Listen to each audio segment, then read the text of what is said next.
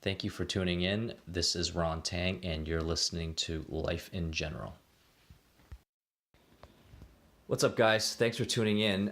Today is July 2nd. This is officially my first episode of Life in General. So I had this crazy idea of starting my own podcast. I don't know what came over me. This isn't something I thought I'd be doing, but here I am. So for the past couple years, I've been listening to podcasts pretty steady.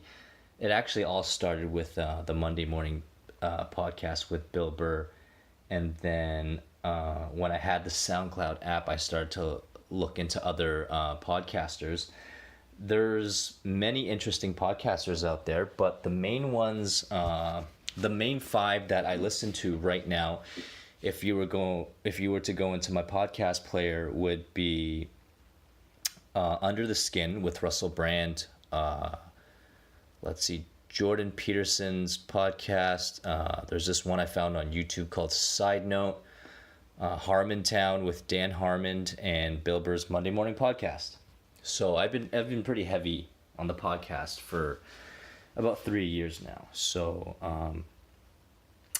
so I'm gonna try to make it work. Maybe about once a week or ever so often. I'm not sure right now, but it will be about life in general, but brought to you by me. I'm gonna try to do an episode bi-weekly, because I still have a lot of things to figure out, like equipment and what microphone I'm going to use.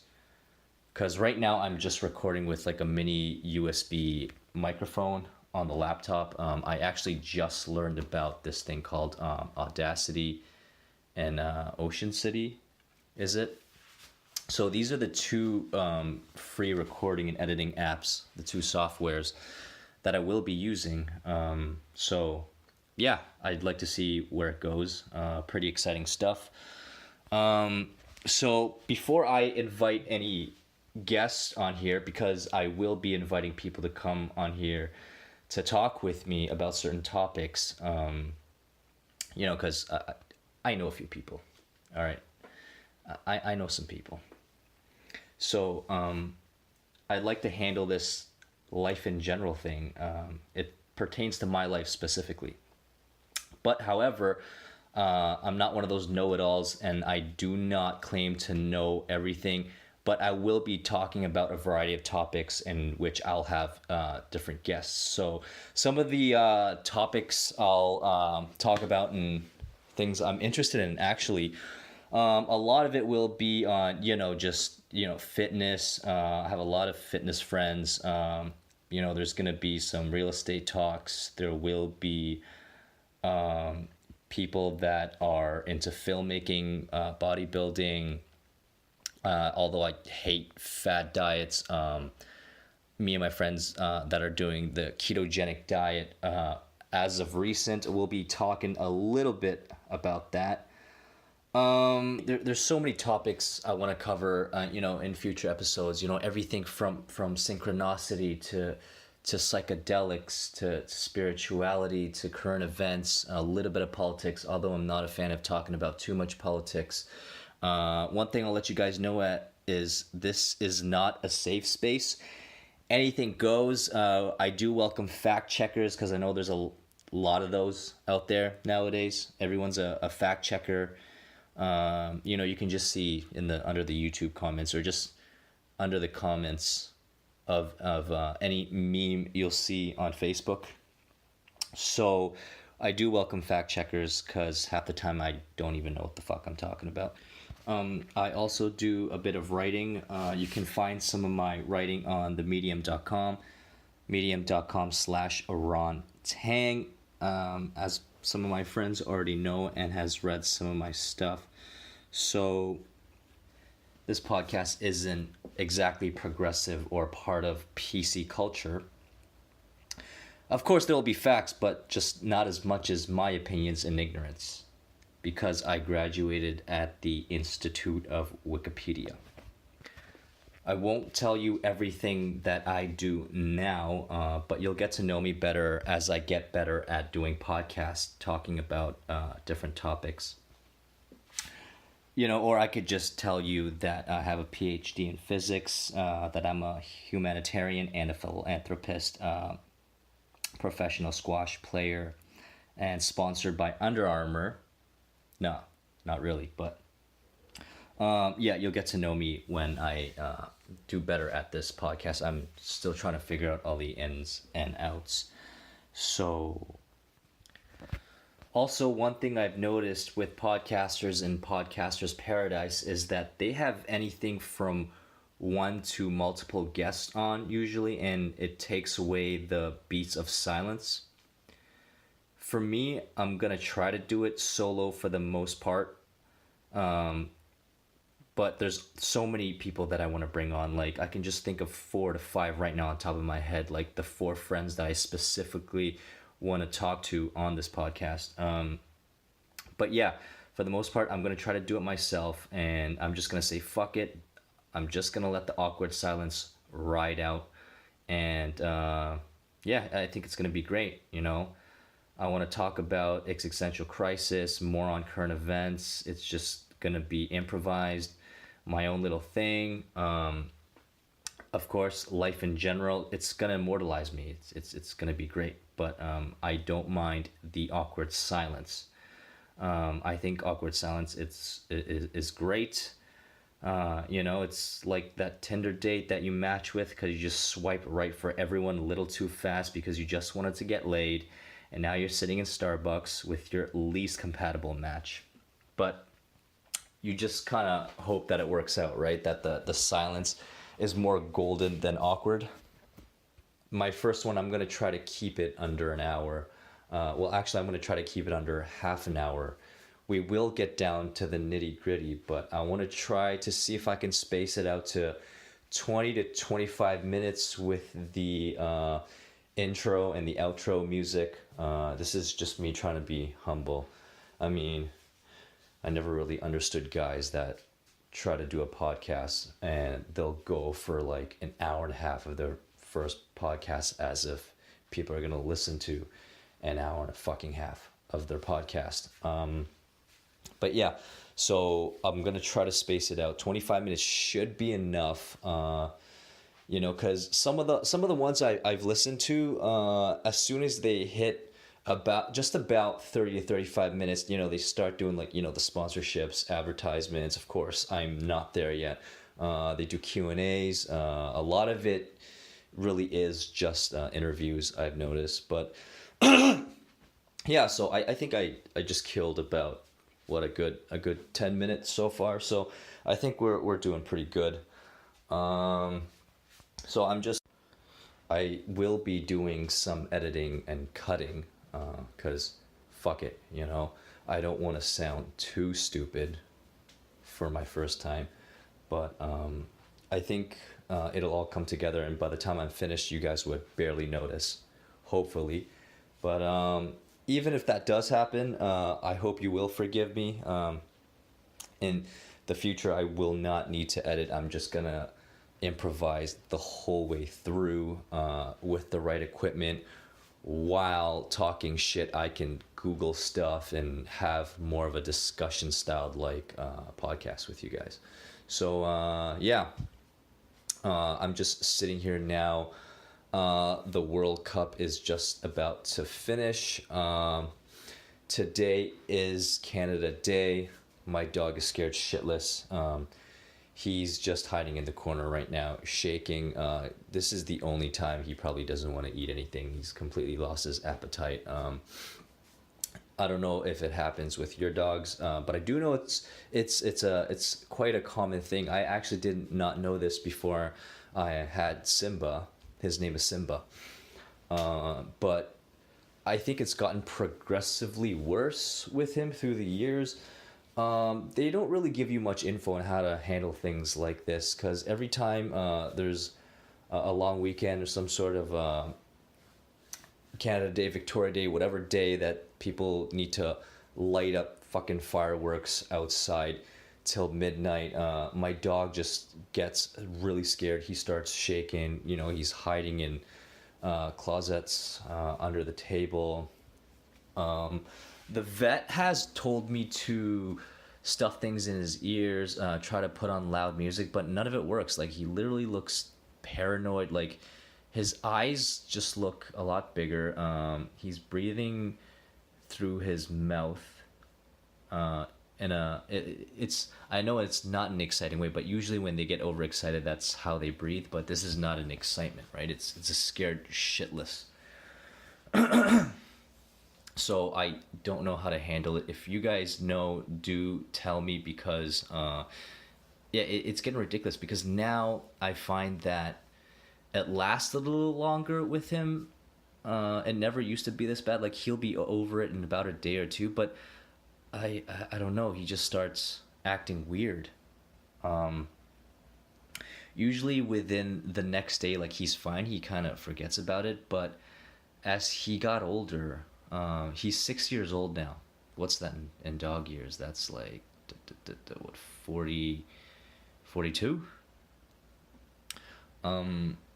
Now he has the aftermath is like him still hiding when I see him in the mornings.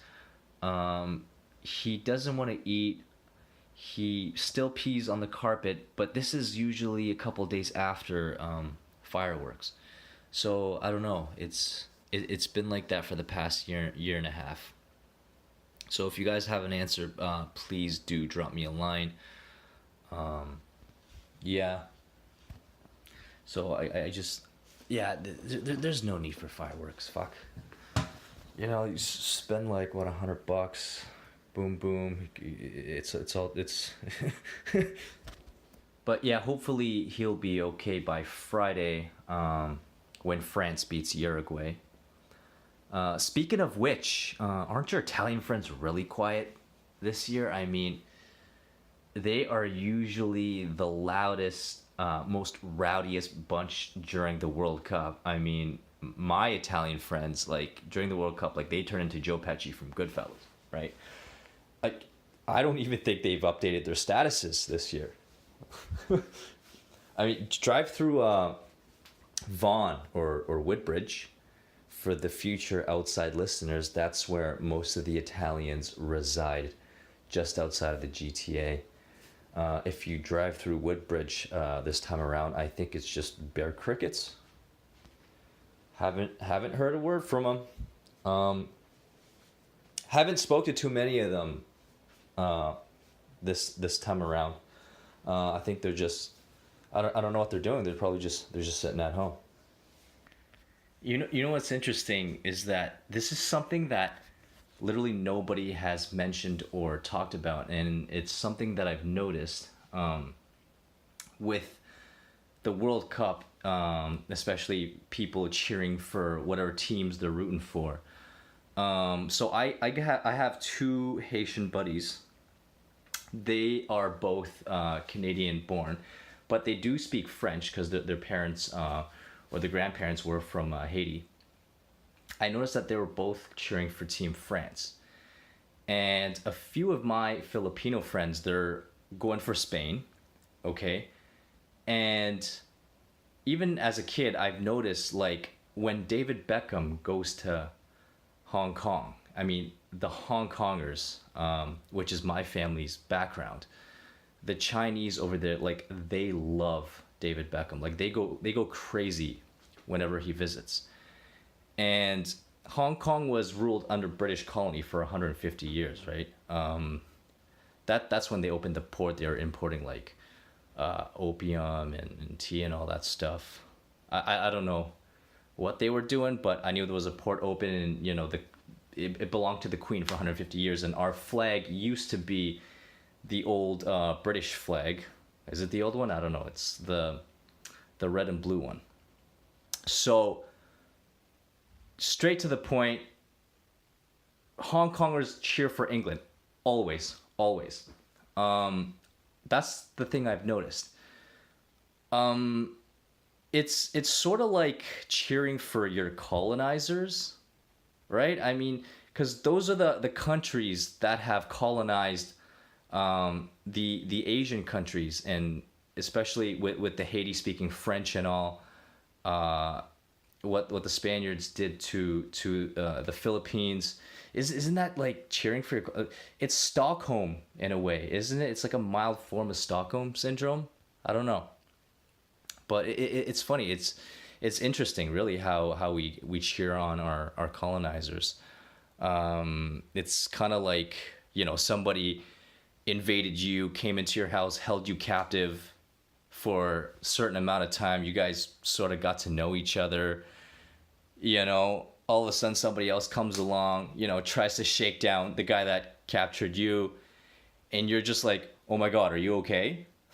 Like, that's sort of how I feel, right? That's sort of how it goes down. Yeah, it's a weird concept. I mean, like, it's such a mild form of Stockholm syndrome in a way. That's the way that I see it. Portugal is outed by Uruguay, so I guess they're gonna start cheering for Brazil now, because that's what the Portuguese do when their team is out, because their languages are so close. Whatever. Yeah, I'm actually just waiting for the Uruguay versus France on Friday. Speaking of France, I recently booked my trip to Europe in September. I figured, why not? I'm 30 this year. I really want to visit Europe. I've done South America, a lot of Asia. I've been to Australia, so I figured, why not? This year I'm gonna go over to Europe. I do have an auntie that lives over there in the UK. She lives in London, along with my two cousins, whom I've never met before. So I guess it'll be pretty exciting. I do have my cousins on Facebook. Like, I have a lot of family members on Facebook that I've never met before. So it'll be pretty neat meeting them for the first time. I vaguely remember my aunt, whom I've met on maybe two occasions when I was a kid, maybe 6 or 7. This was when we lived in Scarborough, Ontario. From there, I'll spend a week and take the Eurostar train over to Paris. I found out that you can take that train for 33 euros. I got relatives over in Paris, so I'll just be bunking with them for a while. So accommodations provided for. So I'm really just worrying about food and transportation, which shouldn't be a problem. Although I heard it's like crazy expensive once you get over to Paris. Yeah, so I'm looking forward to it. I booked it. Oh, get this. I booked the whole thing for 328 using Google Flights. Now, I just learned about this system, and not many people know. Well, more and more people are aware of Google Flights now. But my friend showed me this, how to just book cheaper flights, because what usually happens is that travel agencies, they'll buy everything in bulk and then just sell it off for a discounted price. But Google Flights will just find you the lowest discounted price pretty much right away. It gives you all the months in advance. You just pick the return date, and it'll give you the prices for all the flights throughout the year. It's insane. It's incredibly cheap. I booked it for 328. I'll be flying with Iceland Air. So 328, but I realized that these small companies, where they actually get you is the luggage. So bringing my luggage over there, pretty much the layover in Iceland, and then coming back, they charge me $248. So I'm allowed one carry-on and one luggage. $248 is ridiculous, but when it adds up, it's about $640 something. So it's still a bit cheaper than what you would usually get for a round trip to Europe. So that's pretty cool. That whole Google Flight system. it'll be my first time going to Iceland as well. That it's funny because as soon as I book my trip, what I usually do is I'll research on the places I'm going to, but I find myself more excited about my layover in Iceland because going over there for the first flight will be a 9 hour layover, and coming back I'll have a whole day in Iceland. So I started researching everything on this country, like the places you can go to, like the day tours will take you to this place where it literally looks like you're on the moon. Apparently that's where the astronauts train because it's so much similar to the moon. I don't know if that's true. Just one of those things that I've read on the internet. There's the Aurora Borealis, of course. That's one of those bucket list things that I've wanted to see for a while. And then there's the infamous Blue Lagoon Spa with the heated water, algae mask, bathrobe, luxury space, champagne, all that. Like I'm just looking forward to the whole Iceland experience. Yeah, it's fucking smart what they did. Like just have a bunch of people like have their long layovers in Iceland and they fall in love with the country and you go back. It's like everything's stupid expensive over there.